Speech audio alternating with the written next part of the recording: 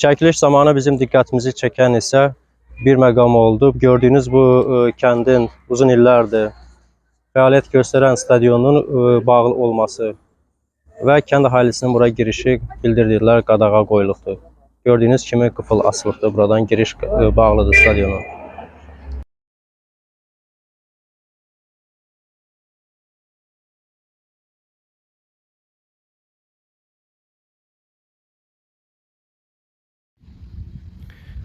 Kadrlardan da göründüyü kimi gördüyünüz bu stadiona insanların qadağa qoyulduğunu, ancaq 4 ayaqlı dilsiz ağızsız heyvanın otlanmasına icazə verdiyini görürsünüz.